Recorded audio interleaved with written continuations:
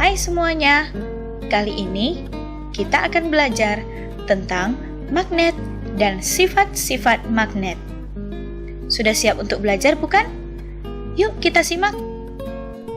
Nah, kamu pasti pernah melihat atau mempunyai kotak pensil yang seperti ini, atau tas dengan kancing yang seperti ini, kompas yang kamu gunakan sebagai alat penunjuk arah, mobil pengangkut barang rongsokan, dan kulkas yang kamu hiasi dengan berbagai pernak-pernik.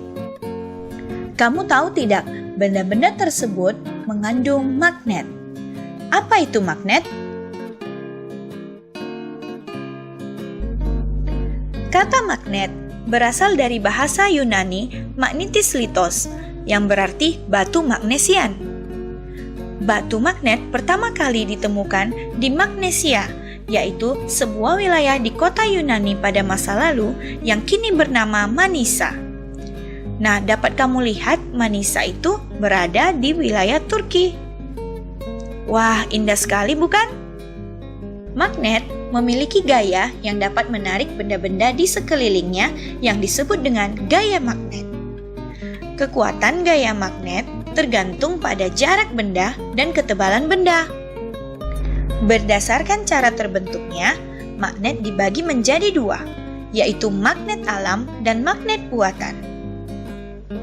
Magnet alam adalah magnet yang berasal dari alam tanpa buatan manusia.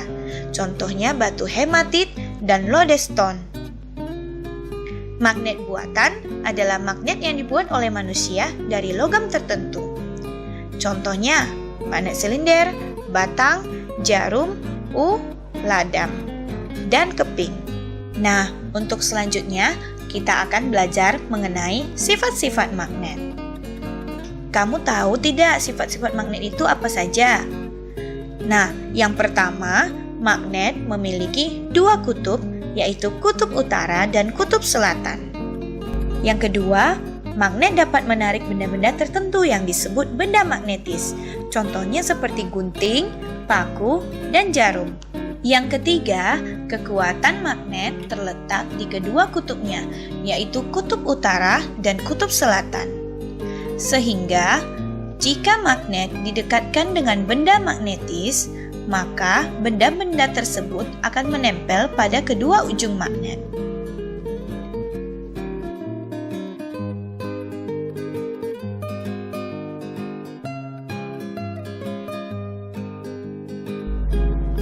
Daerah di sekitar magnet yang masih mendapatkan pengaruh gaya magnet disebut medan magnet.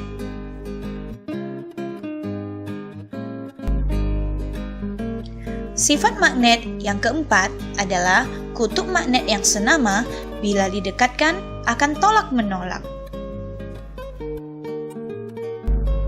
Sedangkan jika kutub magnet yang tidak senama didekatkan, maka akan tarik-menarik. Nah, kamu sudah tahu bukan tentang magnet dan sifat-sifat magnet? Sampai jumpa, terima kasih.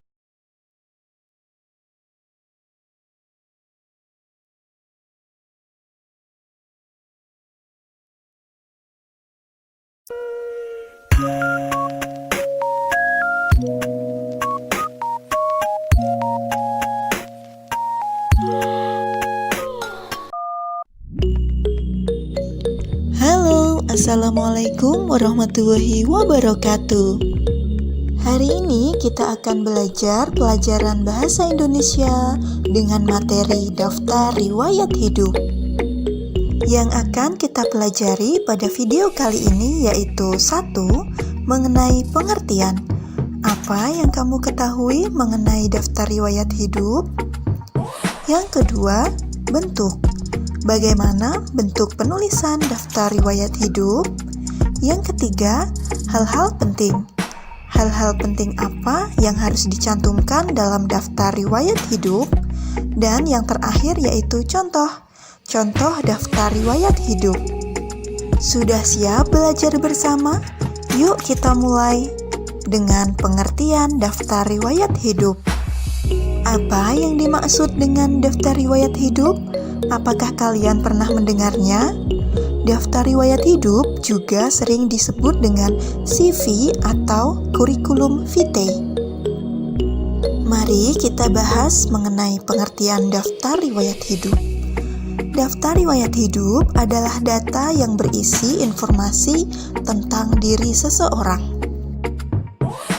Karena setiap orang memiliki riwayat hidup masing-masing, jadi daftar riwayat hidupmu pasti berbeda dengan riwayat adikmu, kakakmu, bahkan orang tuamu. Daftar riwayat hidup ini digunakan untuk keperluan mendaftarkan diri.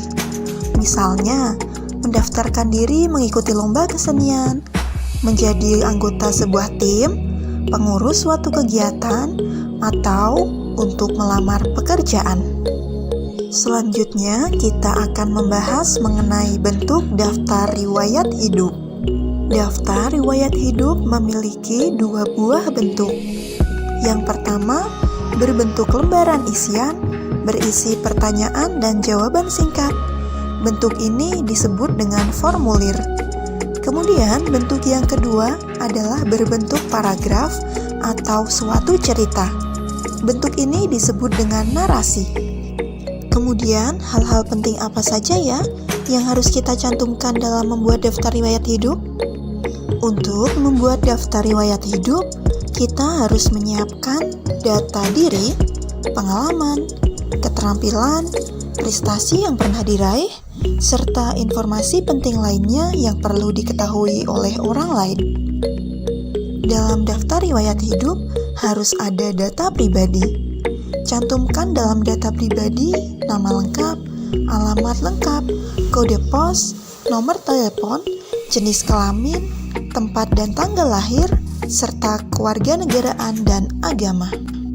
Kamu juga bisa menuliskan bidang yang kamu minati, serta riwayat pendidikan.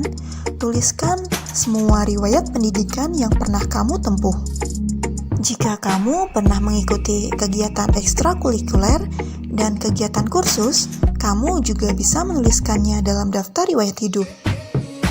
Yang selanjutnya harus dituliskan adalah kecakapan. Hal ini sangat penting, terutama ketika besok kalian akan mencari pekerjaan. Tuliskan kecakapan atau keterampilan yang kalian miliki. Dan yang terakhir, kalian bisa menuliskan kesimpulan.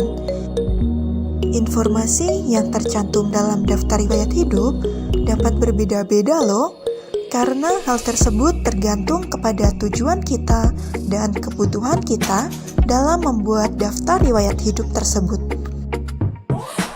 Berikut ini beberapa contoh daftar riwayat hidup.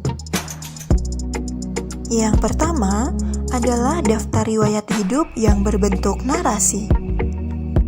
Daftar riwayat hidup berbentuk narasi seperti ini biasanya dipakai oleh para penulis buku.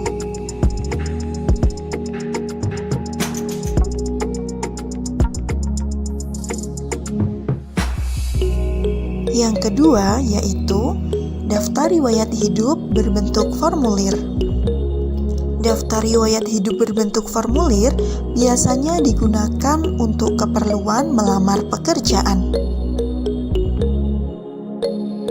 Kita juga dapat membuat daftar riwayat hidup dengan berbagai variasi kreatif, sehingga daftar riwayat hidup menjadi lebih menarik. Tapi jangan lupa, tetap cantumkan hal-hal penting yang harus ada dalam daftar riwayat hidup. Nah, begitulah materi kita mengenai daftar riwayat hidup. Sampai jumpa di materi selanjutnya. Jangan lupa like dan subscribe video ini. Bye-bye.